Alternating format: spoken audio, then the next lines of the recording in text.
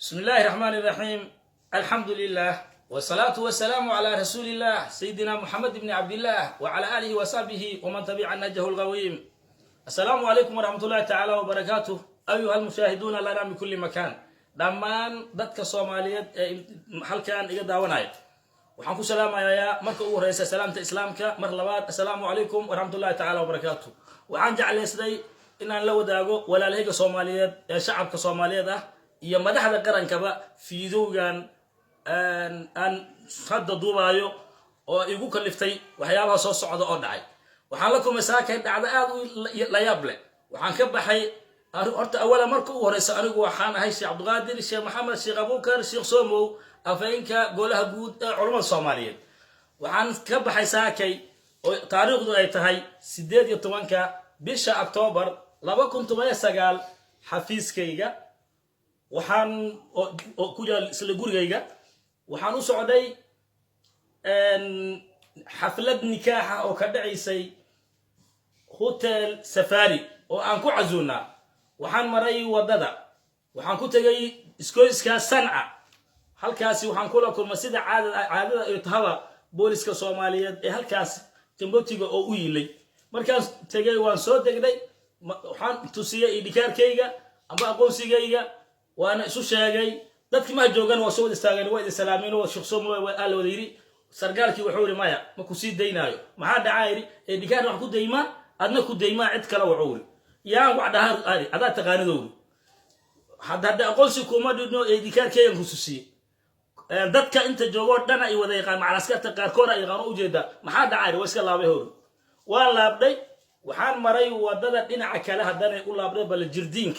jirdiinkaan tagay markaan degaan degde sargaalkii afarta lagu fiiqaalay halkaas waa ka jooga meel gadaal aan u tagay sidii kii kale markaan u tagoon salaamay oo edikaarka u taagay wuxuu edikaar ma shaqeynaa wadada lagu mari maayo saayela edikaarka ay dadka mas'uuliyadda ay shaqeynay waa la qeysa hor liqo u dhahay jidkana mari maysid waxa la yaab leh marka anigoo hadda dadka askartu boqolkiiba 80 yaqaaneen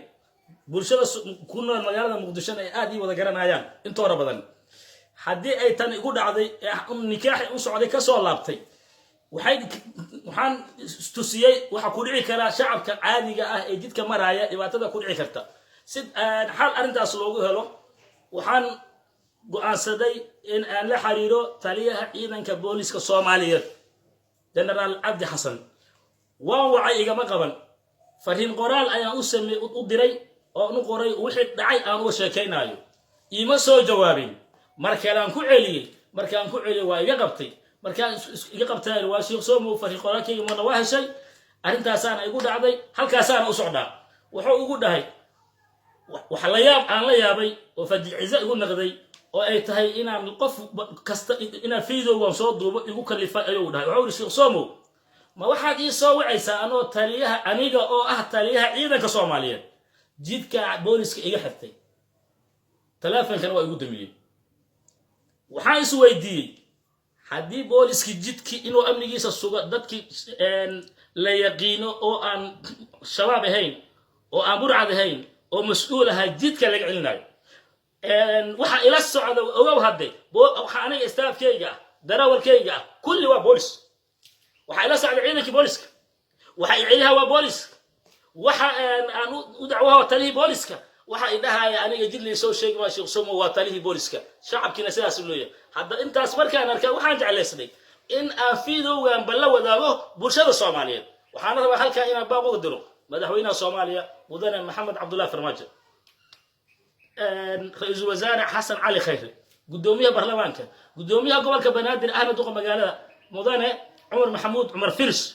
waxaan idin leeyahay madaxay shacabku waa cadaaban yahay حاجة أمنينا دبعتو وجرا حاجة سوقد أمنينا دبعتو وجرا روني كاي شيء بين بو شيء حدي أروع أو أنت إتقان جيت كأن مريواي تدخل يوم مرة ما لقى جورا مجالدا ناس شيء حدي مجالدا لقى جورا حدي كلو حربا المحكمة لقى يطلعها عيدا كبوليس كلو يورو عدالة الهرجي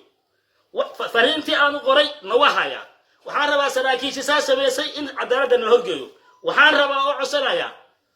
إن أمنيك لصقو أو شعبك الدولة اسكك عشان شعبك أن أمنيك واحد لوح يلين waxaan u baahannahay dowladnimo waxaanan deeqda dowladnimo waxaanan deeqda qarannimo nama deeqdo isbaaro cusub haddii ciidankii booliska ee aniga ila socday ee amnigayga sugaayay iyo kuwii aan u tago amnigayga inay sugaan ahayd wadadii aanan u mari karin oo aan nikaax aan u socono gabadh aan nikaaxi laha aanan nikaaxi karin xaggee aadagnaa shacabku xaggoo aadaya madaxweynaha waxaa ka rabaa arrintaas